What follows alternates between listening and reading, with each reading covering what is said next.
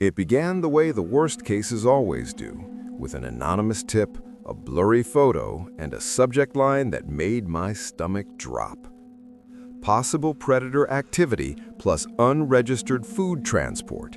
Path 6, Grim Forest. I'm not proud of how fast I stood up. My chair hit the wall behind me like a guilty conscience. For context, I'm not the big bad wolf, not officially, not on any paperwork, not on any form I've ever signed. In our department, I'm listed as Senior Field Compliance Officer, District 6, trained in woodland safety protocol, interspecies dispute resolution, and yes, public path inspections. But try telling that to a community that hears wolf and immediately imagines a villain with drool and a bib labeled pig. I opened the attached image. A small figure in a red hood, child-sized, carrying a basket. And right behind her, captured mid-step in the background, a dark shape, long muzzle, sharp ears. Me.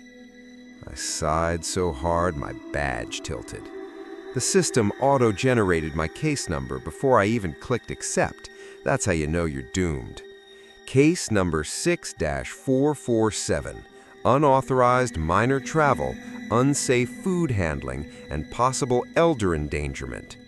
The report claimed a little girl was traveling alone through Grim Forest with food intended for an elderly relative. No escort, no route clearance, no hazard assessment, no permit for transporting perishables across district lines. And of course, the caller described a wolf stalking her. Stalking. As if I don't have better things to do than loiter behind minors like some cartoon criminal. As if I don't carry a clipboard. I reviewed the protocol manual. Woodland Code 12.4. Minors must not travel unaccompanied on Class B forest paths without a certified guardian, a ranger escort, or a written waiver filed in triplicate. Health and Safety Ordinance 9.1.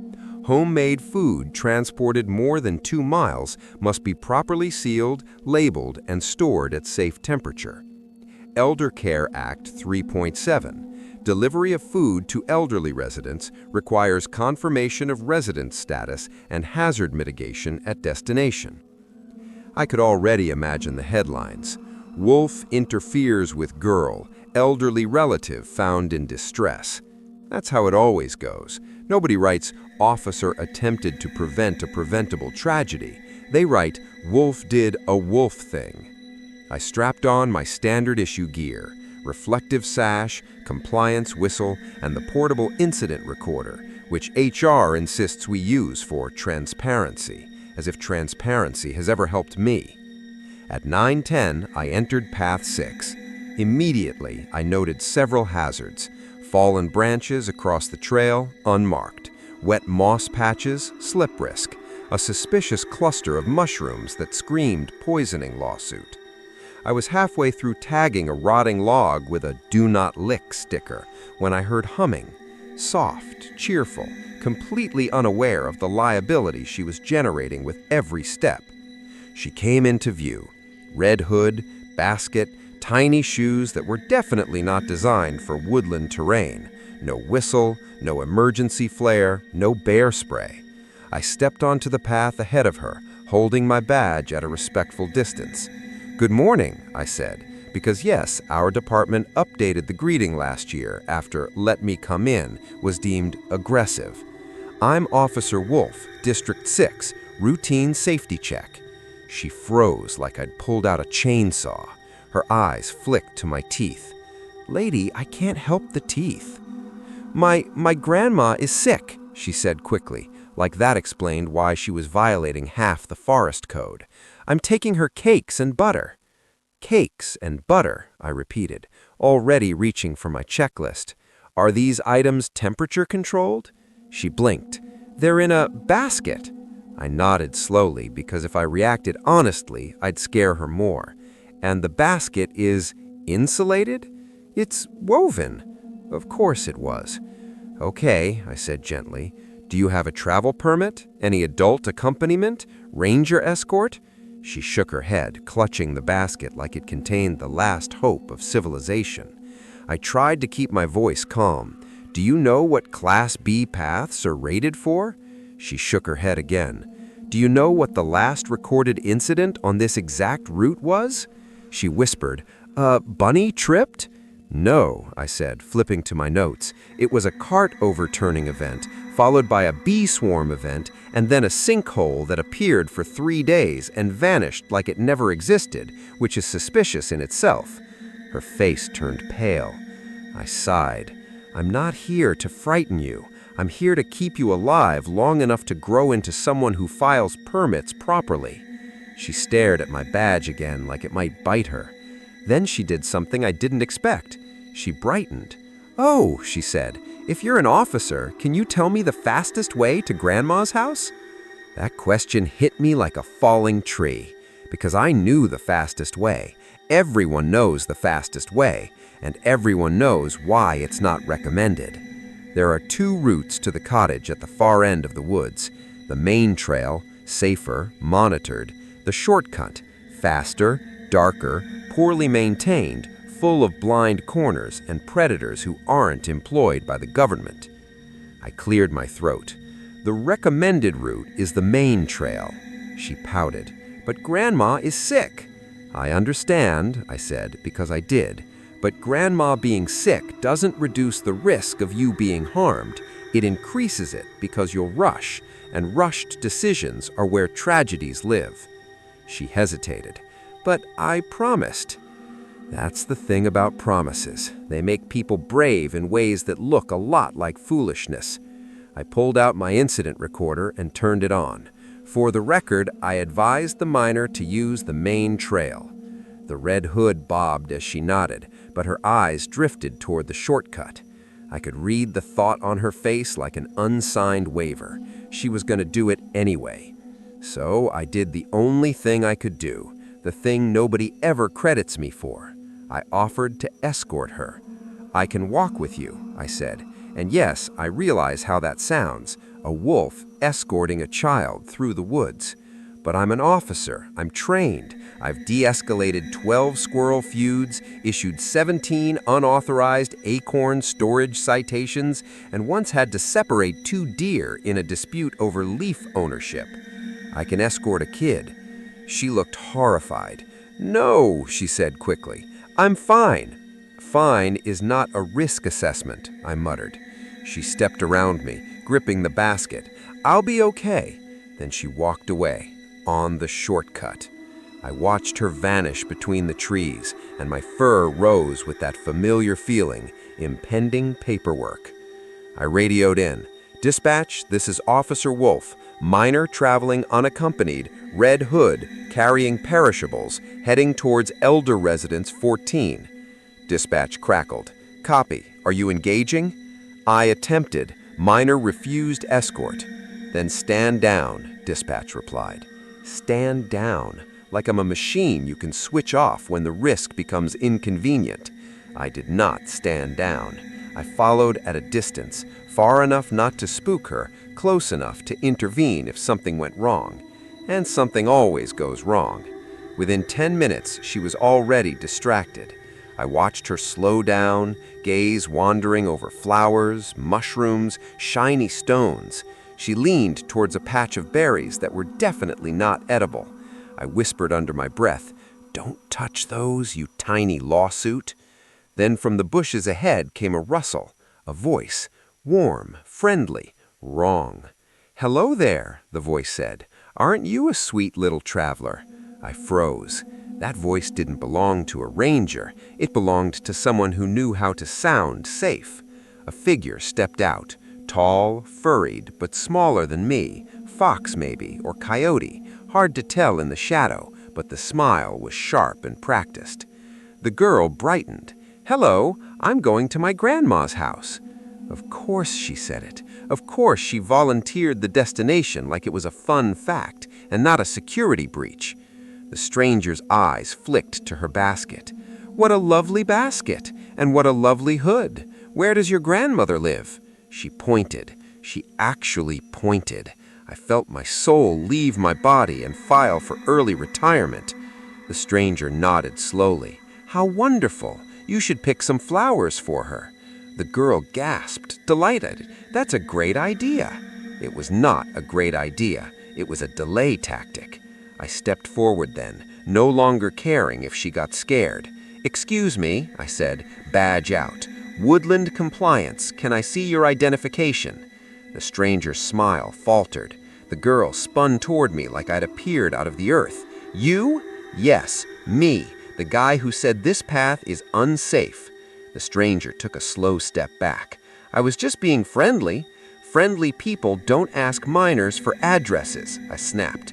He raised his paws. All right, no harm."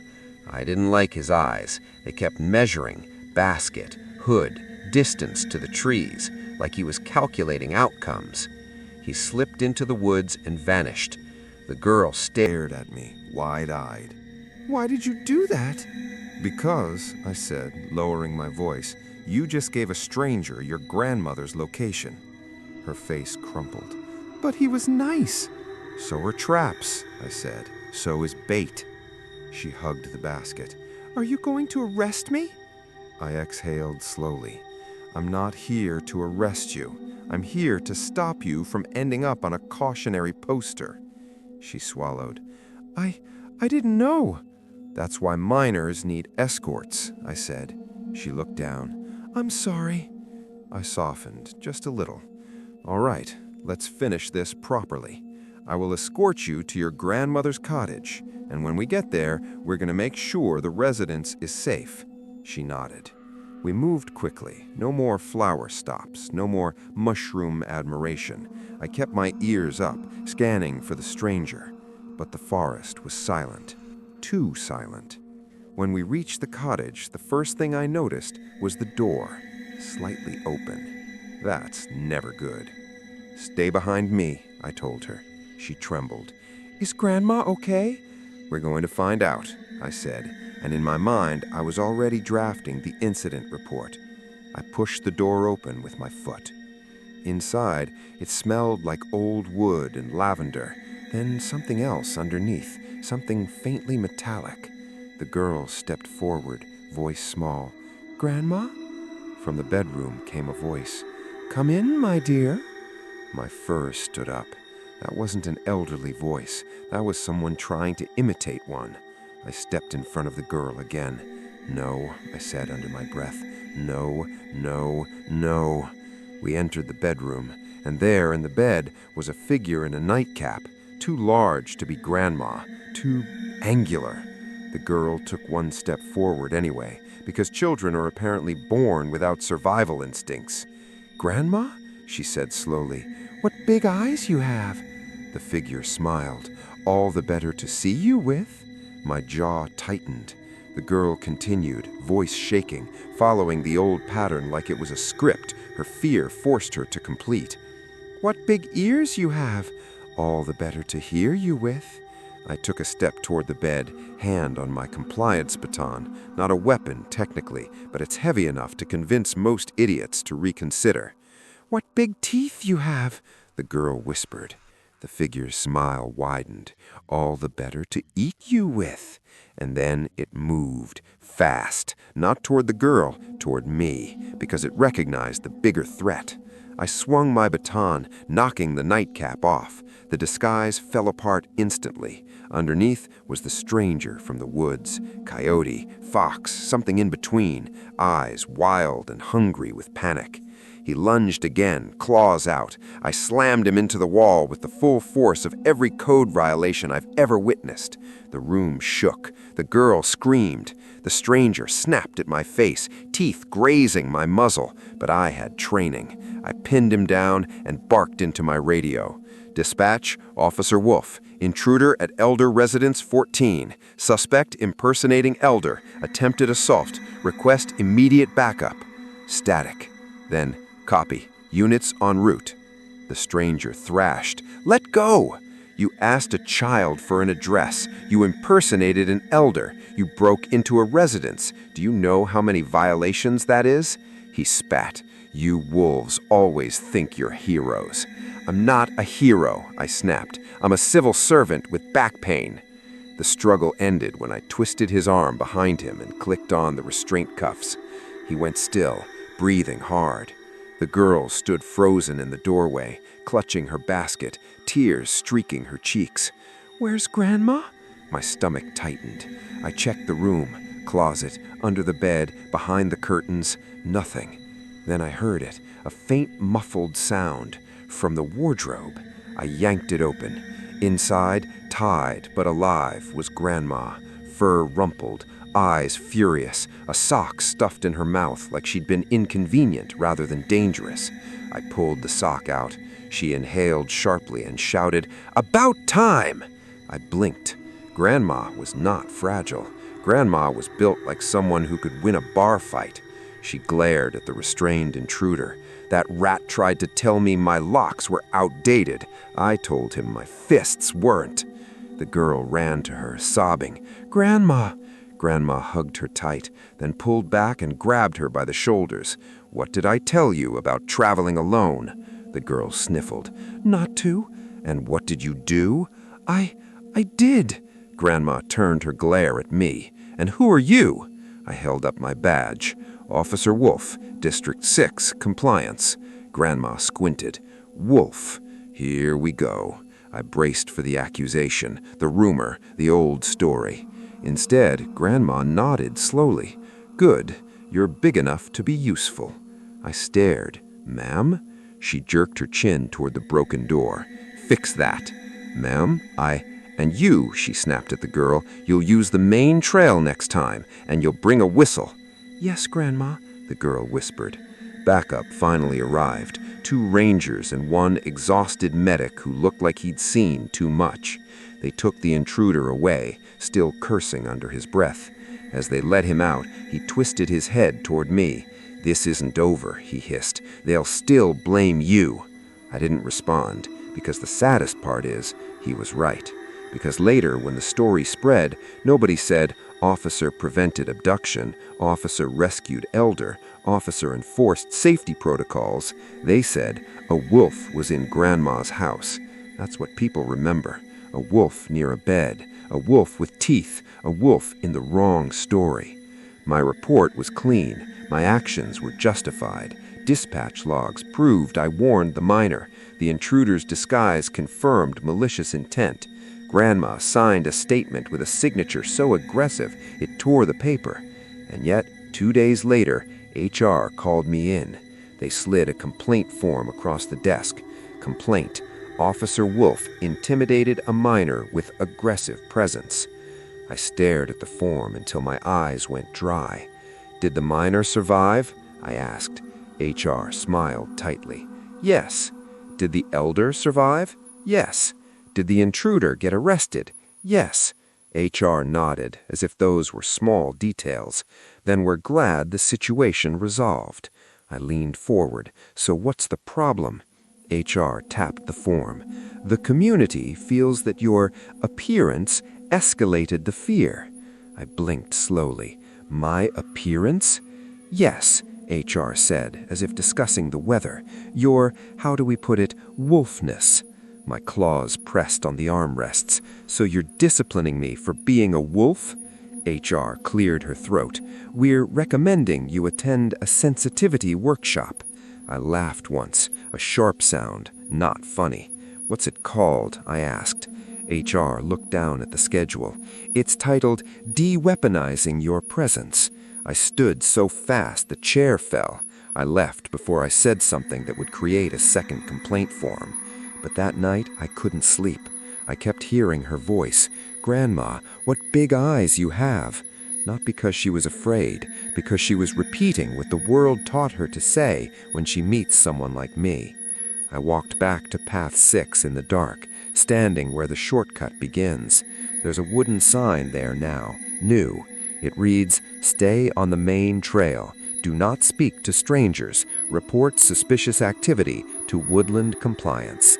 Under it, in smaller letters, someone had carved, "Especially if it's a wolf." I traced the carving with my claw. The wood splintered beneath my touch, like my patience. and I realized the truth of grim forest. You can save someone's life, follow every rule, file every form, and still end up as the monster in their story. But I'll keep doing the job anyway, because if I don't, the next stranger in the bushes won't be a compliance officer, and the next cottage door left open won't end with an arrest. It'll end with a legend, and legends, I've learned, are just tragedies the public prefers to call entertainment. It started with a floor plan that didn't make sense. I'd been working for the State Housing Compliance Division for almost 15 years when it crossed my desk. By then, I thought I'd seen every possible violation. Illegal basements rented as luxury studios, staircases built at angles that defied physics, and once, memorably, an entire apartment complex wired with extension cords instead of electrical conduit. But this was different. The building in question was a 3-story residential complex on the edge of a small Midwestern town, built in the late 1970s. Brick exterior, pitched roof, nothing remarkable. No fires, no complaints, no previous citations. It was, on paper, painfully normal. Except for one thing. According to the county's official records, the building had 12 units. According to the most recent tax filings, it had 11. And according to the fire marshal's evacuation map, submitted just 6 months earlier, it had 13. That alone would have earned an audit. But what made it worse was the attached note from a junior clerk who'd flagged the discrepancy. Multiple residents report hearing activity in an unlisted unit. That's not a sentence you want to read before your morning coffee. I was assigned the inspection under a routine records reconciliation mandate. No urgency, no expectation of danger. Just a clipboard, a digital scanner, and a long drive through cornfields to a town that smelled faintly of fertilizer and old rain. The property manager met me outside. His name was Alan, late 50s, nervous smile. The kind of man who laughs a half-second too late. "Appreciate you coming out," he said, shaking my hand with a grip that lingered. "So clear things right up." That was my first warning sign. People who have nothing to hide don't rush to reassure you. Inside, the building was quiet. Too quiet for mid-morning. The hallway lights buzzed faintly, casting that sickly yellow glow you only ever see in places where no one plans to stay long. We started on the first floor, units 1A through 1D, 4 apartments, all present, all occupied, all matched the floor plan from 1978. The second floor was the same, 4 more units, normal layouts, normal tenants, normal smells, laundry detergent, cooking oil, stale air. The third floor is where things went wrong. According to the blueprint, there should have been 4 units up there as well. We found 3. "Where's 3D?" I asked, tapping the plan with my pen. Alan didn't answer immediately. He adjusted his glasses, cleared his throat. "That must be a clerical error." I looked up at him. "An entire apartment is not a clerical error." He laughed, too loudly this time. "You know how old records are. Stuff gets lost, walls get moved." "Walls don't erase addresses," I said. We walked the length of the third-floor hallway twice, me counting doors, him pretending to check his phone. There was no 4th door. But there was something else. Between units 3B and 3C, the wallpaper was newer. Just a strip, about 3 feet wide, where the pattern didn't quite match. The baseboard beneath it was scuffed, as though something heavy had been dragged across it repeatedly. I pressed my palm against the wall. It was warmer than the rest. "Thermal bleed," Alan said quickly. "Old insulation." I knocked. The sound was hollow. Not drywall hollow, empty hollow, like knocking on a coffin lid. I requested access to maintenance schematics. Alan said they were off-site. I requested tenant interviews. That's when the excuses started. By the 3rd interview, the pattern was clear. Every resident avoided the same topic, eyes darting, voices lowering. Finally, a woman in 3C, young, exhausted, dark circles under her eyes, answered my question. "Do you hear anything unusual in the building?" She nodded. "At night," she said, "between the walls." "What kind of noise?" "Walking, furniture moving, sometimes coughing." I wrote it down. "From which direction?" She pointed directly at the mismatched wallpaper. "That side," she whispered, "but there's no apartment there. There's never been an apartment there." That night, I requested to stay on site. Officially, it was to complete a noise audit. Unofficially, I needed to hear it myself. At 2:17 a.m., I woke to footsteps, slow, deliberate. They weren't above me or below. They were beside me. I followed the sound into the hallway. The lights flickered as I passed beneath them one by one. The air grew warmer the closer I got to the wall. Then I heard it. Breathing. On the other side. I placed my ear against the wallpaper. Someone whispered my name. I stepped back so hard I nearly fell. At 3:04 a.m., the fire alarm went off briefly, then stopped. No smoke, no fire, just silence. The next morning, I demanded the building be evacuated for invasive inspection.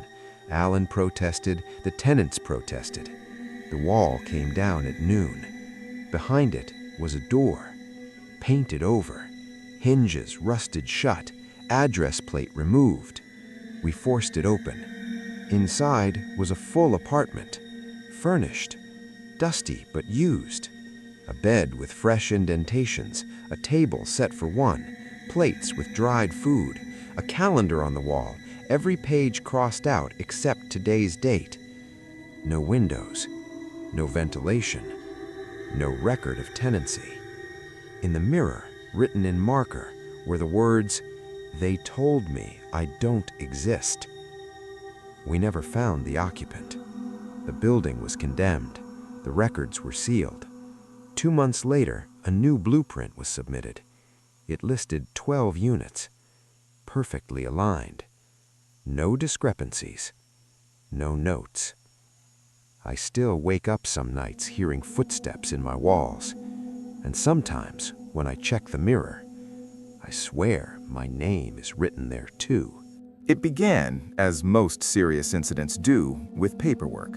Specifically, a Form 22B, Repeated Noise Disturbance, Residential Zone, After Hours. I've been a municipal compliance officer for 22 years, long enough to know that when people complain about noises, what they usually mean is someone else existing too loudly. A barking dog, a neighbor who walks too hard, wind chimes, occasionally teenagers with subwoofers. But this complaint was different. The form was filled out perfectly. Neat handwriting, correct box selections, precise times. Too precise. Every report listed the same disturbance. Scratching, slow, methodical, from inside the walls. Not outside, not next door, inside. There were 9 complaints, all from different addresses, all within the same 6-block radius, all filed within a 10-day window, and all of them noted the same thing at the bottom of the page where most residents vent emotionally. It stops when I turn the lights on. That detail stuck with me. I checked the zoning map. Quiet neighborhood, older homes, post-war construction, lath and plaster, crawl spaces, shared utility tunnels that no one had updated since Eisenhower. Rodents, I thought. Easy. Still, protocol is protocol. I was assigned to conduct a wellness and structural compliance check on the first reporting address, 411 Briar Hollow Road. I arrived at 8:30 p.m. Yes, p.m. Noise complaints after dark require evening verification. People think city workers vanish after 5. We don't. We just get quieter. The homeowner answered immediately, as if she'd been waiting behind the door. She was elderly, thin, alert in a way that felt defensive. "You're here about the scratching," she said before I spoke. I introduced myself, badge visible, clipboard out, calm voice. "Yes," I said. "I just need to ask a few questions and—" "It's in the walls," she interrupted, "but it's not mice." I hear that a lot too. She led me inside without another word. The house smelled stale. Not dirty, just unused, like rooms that had stopped expecting visitors. We stood in the living room, lamps off, curtains drawn. "It happens around now," she whispered. I checked my watch. 8:34. We waited. At first, nothing. Then, scratch. Not scurrying, not gnawing, scratching. Slow, deliberate, like nignails dragged across wood. It came from behind the wall near the fireplace. I felt my professional detachment kick in. Good. Evidence. "Have you had pest control inspect?" Scratch. Scratch. It moved. Upward. "The attic," I finished weakly. The woman shook her head. "It follows the rooms where the lights are off," she said. I frowned. "Pests don't do that." "It doesn't like being seen," she replied. That was the first time I felt something shift in my chest. I documented the noise, marked audible disturbance verified, recommended inspection of wall cavities. Before leaving, I asked the standard final question. "Has anyone else experienced anything unusual in the home?" She hesitated. Then she said, "It knows my name." I did not write that down. The second house was worse. A young couple, new parents, sleep-deprived but rational. Engineers, both of them. They'd installed cameras, audio sensors, motion detectors. None of them caught anything. "Because it's inside," the husband said, pulling up a diagram on his tablet, "between the studs." We stood in the nursery. The baby slept peacefully. Scratch. Directly above the crib. The wife turned on the light instantly. Silence. I felt sweat trickle down my back. I recommended immediate relocation of the child pending inspection. They thanked me too much. By the fourth house, the pattern was undeniable. The scratching always avoided light. It followed occupied rooms. It never crossed electrical wiring. And it never, ever appeared during the day. I escalated the case to infrastructure and safety. They sent back a memo. No evidence of structural compromise, likely shared pest migration. That was when the fifth complaint came in. Same handwriting as the first. Different name. Different address. That should have been impossible. I drove there myself without logging it. The house was empty. For sale sign out front. Inside, the walls were bare, floors stripped, no furniture. Scratch. It echoed now, louder without insulation, from everywhere. I turned on my flashlight. The beam swept across the wall and paused. There were marks, long grooves carved in the plaster, hand-shaped, too big to be human, too precise to be animal. I backed away slowly. Scratch. Above me, behind me, inside. I left without finishing the inspection. That night at home, I heard it for the first time. Scratch. From my bedroom wall. I froze, turned on the lamp. Nothing. I didn't sleep. The next day, I pulled archived blueprints of the neighborhood. Old utility tunnels, Cold War-era expansions, civil defense shelters that were never fully sealed, spaces between spaces. I submitted an emergency report. It was denied. Insufficient evidence.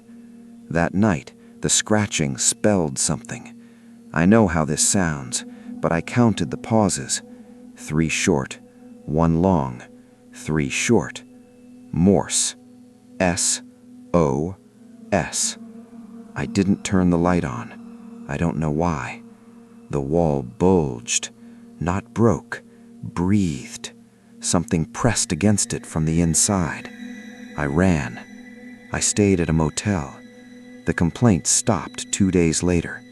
All of them. The department closed the case. Resolved, the file says. Last week, new complaints came in. Different district, same handwriting. My name was on the assignment sheet. I requested reassignment. Denied. Tonight, I'm scheduled to inspect the first address at 8:30 p.m.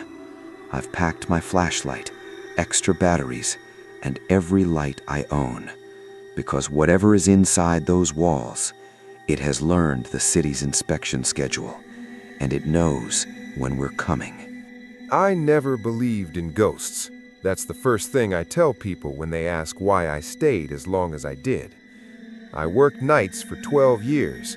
Security, logistics, transport depots, warehouses. You spend enough time alone between midnight and sunrise, you learn the difference between imagination and routine noise. Pipes expand, buildings settle. Wind does strange things when there's nothing else moving. That's what I told myself, and that's what kept me from quitting sooner. The facility was off Route 61, a freight transfer hub that hadn't been updated since the early 1980s. Long concrete corridors, loading bays big enough to swallow semis whole, sodium vapor lights that buzzed like dying insects. My job was simple: patrol, log, report anything unusual. I wish I had ignored the logs. It started with a missing entry. Every night at exactly 2:17 a.m., one line in the digital patrol record would be blank. No badge scan, no checkpoint confirmation, just an empty timestamp. At first, I assumed it was a system glitch, old software, cheap updates. IT blamed server lag, management blamed us. So I double-checked my rounds, scanned every checkpoint, watched the confirmations pop up in real time. Still, 2:17 a.m., blank. Then one night, the log updated itself. At 2:17 a.m., a new line appeared. Subject still walking. No author, no badge ID, no explanation. I radioed dispatch. They laughed, said someone was messing with me. Night shift jokes. I should have escalated it. The next night, I heard footsteps. Not echoes, not HVAC noise. Footsteps. Slow, measured, coming from Bay C, closed since an accident years earlier. Forklift malfunction, crushed a driver between the rig and the wall. They sealed the bay and never reopened it. I stood at the end of the corridor, flashlight raised, heart hammering, telling myself it was raccoons or airflow. Then the footsteps stopped, and something exhaled, right behind me. I spun around. Nothing, but my radio crackled. Not static, breathing, deep, labored, like someone struggling to pull air through damaged lungs. Then a voice, low, hoarse, barely holding together. Tell it. I didn't finish my shift. Management didn't believe me. They showed me the footage, empty corridors, clean logs, nothing abnormal. Except for one thing. At 2:17 a.m., the camera outside Bay C glitched, just for 3 seconds, long enough to show a figure walking into frame, wearing my uniform with my badge number. I resigned the next day. They still run night patrols there, and every now and then, someone forgets to check the logs. I've driven long enough to know when something isn't right. That's not superstition, that's experience. After 15 years hauling freight across the Midwest and down through the southern corridors, you develop a sixth sense. You know when weather's about to turn before the radio says it.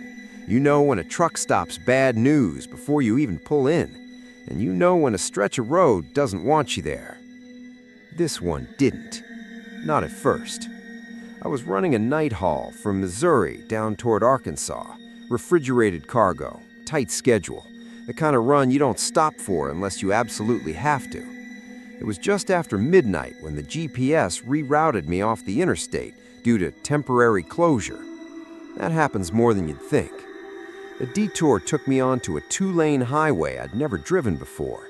No lights, no reflective signs, just trees pressing in on both sides like the road had been carved out of the forest and forgotten. About 10 miles in, I saw the sign, Way Station, 1 mile, open.